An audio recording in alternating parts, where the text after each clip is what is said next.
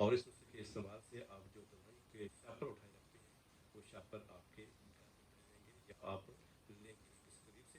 इससे पहले कि मैं एक इंतहाई अहम नुस्खा आपके सामने लेके आऊँ और बड़ा आसान नुस्खा आपके सामने लेके आऊँ, जिनमें नाज़रीन ने अभी तक चैनल को सब्सक्राइब नहीं किया, चैनल को सब्सक्राइब कर दें और बेल आइकन का बटन लाजमी प्रेस करें ताकि मेरी हर अपलोड वीडियो मुख्तलिफ मौज़ूआत पर आप तक पहुँच सके।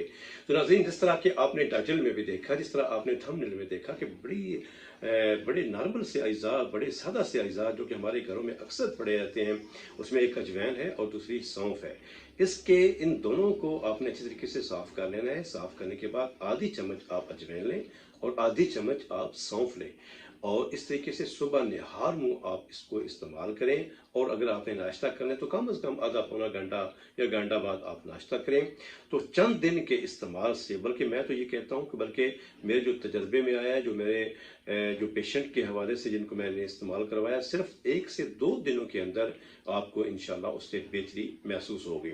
लेकिन चंद दिन के आप इस्तेमाल से आपको ये मोज़ी मरज़ जो है इसका इंशाल्लाह ख़त्म हो जाएगा। लेकिन अगर आपको इस तरीके से आपकी तबीयत बेहतर हो तो आप इसको बेशक हफ्ता 10 दिन इस्तेमाल करने के बाद आप इसको छोड़ दें और फिर कभी आप इस्तेमाल करना हो तो 2-3 दिन के नागे के साथ आप इसको इस्तेमाल कर सकते हैं। जो बड़ा ज़बरदस्त नुस्खा है, ये न सिर्फ मैदे के लिए है बल्कि मैदे की जुमला अमराज, जिसमें गैस ट्रबल है, जिसमें मैदे की दर्द है, इसमें तबखीर मैदा है और उसके अलावा भूख का न लगना है और अफारा है मैदे का, यानी कि जितनी भी तकलीफ है इंशाल्लाह मैदे की, इस बिल्कुल मुख्तसर से टोटके के साथ बेहतरी हो जाएगी। लेकिन इसके बावजूद भी अगर आपको कोई मसला रहे, कोई मसला हो, तो मेरा व्हाट्सअप नंबर आप स्क्रीन पर देख रहे हैं, तो आप मुझसे रब्ता भी कर सकते हैं। तो एक इंतहाई अहम और सादा नुस्खा आपके पास आ चुका है, बल्कि टोटका आ चुका है। इसको अपने नाज़रीन में शेयर कीजिए, अपने दोस्तों में शेयर कीजिए। दुआओं के साथ इजाज़त चाहूँगा। अस्सलाम वालेकुम व रहमतुल्लाहि व बरकातहू।